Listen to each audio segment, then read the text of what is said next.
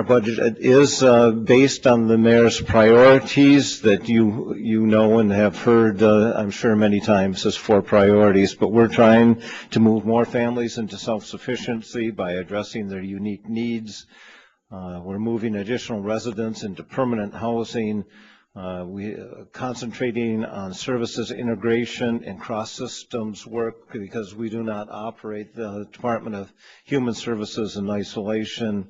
Creatively using our programs to prevent the need for other services, especially preventing the need for child welfare and the involvement of our clients in the criminal and juvenile justice systems, and reinvesting our limited resources into better outcomes, because we know that the good outcomes are a lot cheaper in the long run than the bad outcomes that so often we've seen in the past. Just to get to some of the big issues that we've heard so much about today, we are trying to preserve as much of the homeless continuum as possible. For 2011, our current fiscal year was funded with local appropriation dollars, a lot of one-time federal funding, especially for permanent supportive housing, and one-time federal TANF emergency contingency funds. Many of those funds are no longer available, and to make up for that loss, the mayor has recommended an increase of $14 million in local funds. We'll also spend about $2 million less in permanent supportive housing case management. This is a program efficiency rather than a cut. And we're expecting to move about $4 million of our rental subsidy cost into permanent supportive housing programs from local DHS funds to either federal housing choice vouchers or local rental supplement programs. That way we avoid using local dollars and transfer some of those costs to the federal government. Now, it's been widely publicized that the Department of Human Services will lose approximately $26.7 million in this one-time federal funding. With the additional funds that we've received in the mayor's proposed budgets, we still face a shortfall that we've projected, and in many of the original papers we submitted was $20.5 million, and that's what you've been hearing all day, is a $20 million shortfall. We think, especially with the reduction in program efficiencies, we can comfortably say that that shortfall is $18.5 million. So we've been looking at ways to modify or reduce that hit, but it's still $18.5 million is what we feel is the shortfall in the housing programs. We don't know exactly where those shortfalls would hit. We want to really bring a lot more of our stakeholders into the process.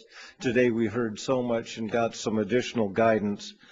But even though we don't know exactly where those shortfalls would come, we do know that there are certain programs that are either mandatory or, even based on today's testimony and other input, we feel have the highest priority. Certainly the high priority of the hypothermia shelter for all of our citizens is the very important part of what we're trying to maintain. We're also trying to prioritize housing for homeless families, including temporary and domestic violence shelters, site-based transitional housing, and the operation of the Virginia Williams Family Resource Center. Housing programs where, and finally, housing programs where clients receive rental subsidies, such as in the permanent supportive housing programs. Now, if those were the programs that we all finally agree on are the priorities, that means that the biggest cuts will come in the shelters that operate during the non-hypothermia season, especially for single adults. So that's With that type of prioritization, we would expect that the total funding available under the proposed budget is $58.8 million. The total funding, the total funding to meet the priorities that I just described is $58.8 million. The total funding in the budget is only $59.4, only $600,000 left for the rest of the continuum.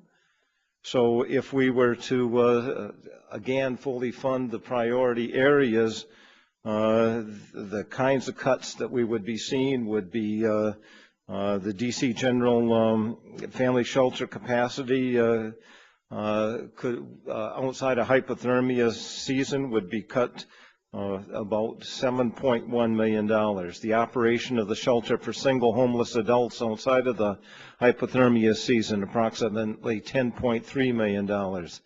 Transportation services outside of the hypothermia season, $1.1 million. Outreach outside of hypothermia, approximately $200,000. In ancillary services such as feeding programs, medical clinics, etc., for about $400,000. And Chairman Graham, you asked for is clear of an identification of where the cuts would have to come. And again, these aren't cut or set in steel, but these, if we funded the highest priority programs, these are what would be left.